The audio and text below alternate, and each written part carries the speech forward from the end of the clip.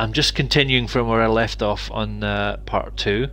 I've just done the first 2 initial missions, which involve getting your base set up with your first facility, and doing your first plague sample mission, in which you go find a plague sample from a blood plague zombie and take it to a group who will give you the recipe for the plague cure, which comes in handy if you get infected with the blood plague. So I'm going to give this guy a rest because he's been out and about. I'm going to take control of let's take control of Otavia. Now, because she has the craftsmanship skill, I'm going to set set up building. In fact, what I'll do, I'll upgrade the storage because you'll need that to store more resources. But if you do that, you have someone with the craftsmanship skill in play. When it's finished, that will increase their craftsmanship skill. Oh, well, thank you very much. So, in the meantime, I'm just going to scavenge the area for items. Now, you see there, I've only got very basic food materials. What I need, food. So the resources you'll need there, you'll see. You start off. So food, obviously, meds to keep your group healthy. Ammunition, that's what those bullets are. Ammunition they'll help you if you can't get back to your base in time to stop a zombie horde attacking your base. Materials is that the sort of 3 boxes on top of each other, and that last one there is the fuel can. That's obviously fuel, which you need. You only need it for to keep your fuel tanks for your cars up, and also if you have certain facilities in your base which require fuel, like a power generator, or in some cases some of the outposts require fuel for them to function properly.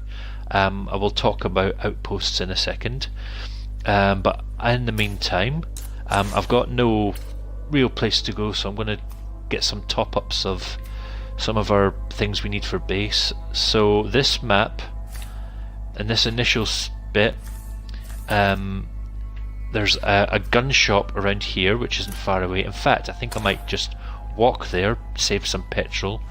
That will get me some ammo. So I'm just going to run across here and try and sneak these zombies. How about somebody goes on a fuel run? I will go on a fuel run in a sec. Don't you worry about that. So yeah, when you start, just try and get as many of the basic resources as you need, and then it will get your, it will boost the morale for your community, which something I will talk about later.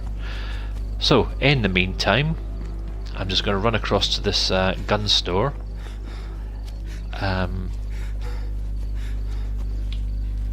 And try and sneak kill these things. Maybe if I'm lucky, that plague zombie will drop a plague sample. No, it doesn't. Not to worry. But there's another car over there. You see the car icon there? That just speaks for itself. That's a function, a car that you can drive. Some of the cars that you see will probably be a bit wrecked.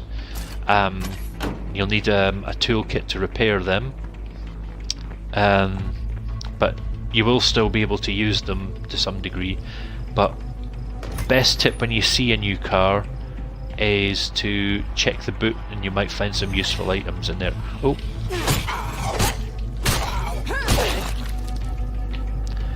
Yeah, sometimes not always a good idea to go running into buildings because you'll find there's zombies hiding in there. and they'll just sneak attack on you. So let's. Ooh. So here's some guns. Guns are quite handy for, well, because they'll kill zombies, obviously. So yeah. Not exactly what I wanted, but. Oh, no. good. There's a crossbow. Now a crossbow is a handy weapon. I'm going to equip her with that because crossbows are the quietest gun weapons you can get, and so they're handy for what I find they're good for is if you want to pick off a horde from a distance, use the crossbow and just pick them off one by one, because when you come across a horde you'll see it on the map as it just looks like a group of it's shown on the map with as just like about a big group of zombies. You'll see it when it comes up. But anytime if you take on a horde, and if you try and sneak up and try and pick them off one by one, say like by stealth killing them, in a horde, if you stealth kill one of them, the others will be alerted, and then you've pretty much got to fight them all in one go, which if it's a big horde that could be a bit problematic because you'll wear yourself out very, very quickly. Otherwise, we're making too much noise in this place. No you're not, shut up. So drop this off. That's one basic resource, and if you drop these things off, that'll clear space for more things. Yay. So next thing I'll try and find either some fuel or some meds. The best place to go, I will go back to that gun shop by the way and get the rest of those items, but first off, on the map here there's a garage here, or a fuel tank. That's a good place to try and source some fuel rucksacks. And there's oops, I'm just playing it. There's also, where it is there, a clinic there. That's the best place to find med rucksacks. So I'll go to one of them. Now, yeah, if you want to save fuel in your car, then just go on foot if it's not too far away. Otherwise,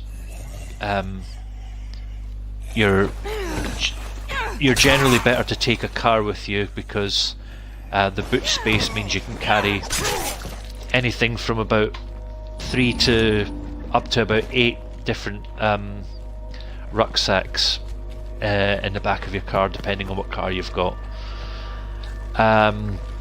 But just to start off with, I'm just going to do some of the scavenging runs on foot, because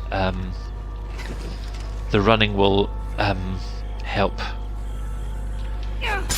increase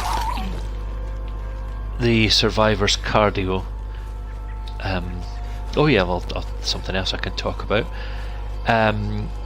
Remember at the start I was talking about the 4 initial stats of every character. I'll show you. Here you've got cardio, wits, fighting and shooting. Cardio improves your stamina and how long you can sprint for, and the more you sprint, the more your cardio skill will increase. Hey, you don't know me yet, but I have an offer you might want to hear. Oh, and we have our first mission. Oh, there's fuel. Let's find it. Oh, let's it's a little distracting from where I was initially doing, but let's go and see what he's got to say. The only problem is he was on the move, so but there he is there. And and he's being pursued by a plague zombie. Let's... Don't run away, you... Oh, there we go, a plague sample.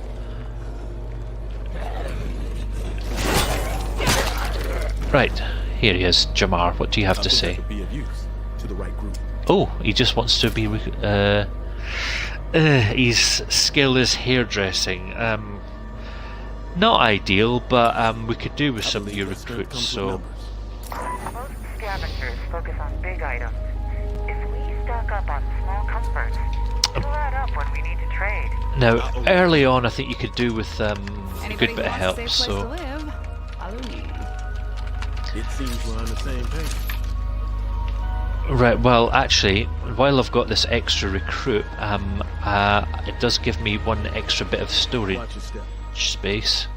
So if I can find an extra fuel tank, or fuel rucksack, then I'll maybe give it to him and he can help me carry it along. Ah, there we go. And an extra tank, so I'll just talk to him. And if you give him the rucksack, that frees up a space for you. So what I could do as well, run up to, there's a clinic over there. Gonna run over there, see if I can get a rucksack of meds, and then that'll be, that could be all our basic supplies. Have got off to a, all our basic supplies have got off to a good start. Now, there was. Now, during that time, there was one of the recruits at the base did mention one of her missions. I'll talk about that in a sec, but in the meantime, let me just see if I can find a rucksack of meds, and then I'm going to run back to base and then end this broadcast. My best suit was a white three-piece my mother bought me because I like that disco. That's not nice. Ooh. That's a lot of stuff. Now that thing there, it's quite heavy, but it's worth it to... Actually, hold on, let me just check one thing. No, actually, I was going to set up an outpost here, but I'll save that for another video. So what I'll do in the meantime, try... Oh, yeah, well, you go and deal with that. Kill it! Kill it! Dead! Molotov cocktail, that'll be useful. I don't have room for it right now. I'll just check any more supplies in here, and hopefully I can... There we go, a rucksack of meds, and I'll have to come back for that bottle of painkillers. But I'm going to run back to base now, drop this stuff off, and drop that recruit off. And then we can get on with the rest of the game.